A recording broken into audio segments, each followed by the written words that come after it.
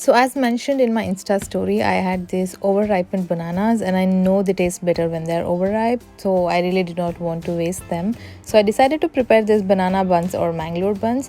And all you need is half a cup of white flour or all-purpose flour and half a cup of wheat flour.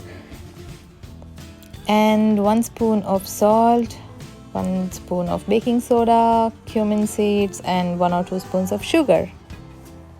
I'm using brown sugar so it looks brown. And we need yogurt, 3 to 4 spoons of yogurt. And yeah, basically that's it.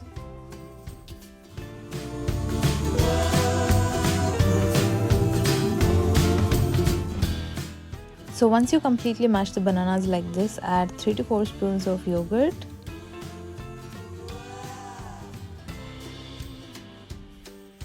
And add rest of the ingredients to it. Mix well. And then start adding white flour and wheat flour.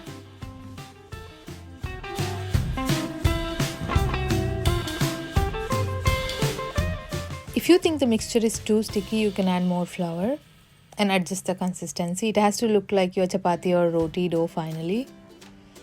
It will be a bit messy because it has bananas in it. You can also use oil. And now knead well using your hands. And finally, this is how the dough looks. Keep it aside for 3 to 4 hours. You can also keep it overnight. And this is how my dough looks after 5 hours. And now I'm making them into small puris and frying them in oil. And that's it. These are my banana buns or Mangalore buns. And this goes well with chutney, green chutney like coconut chutney or mint chutney or any kind of chutney. And also maybe with some kind of curries. You can also eat it plain like a snack.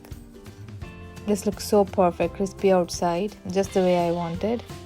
Yeah, just give it a try. Let me know if you like it. I know it's not easy, but it's definitely worth a try. I'm sure you will like it. Go try it. Let me know if you like it.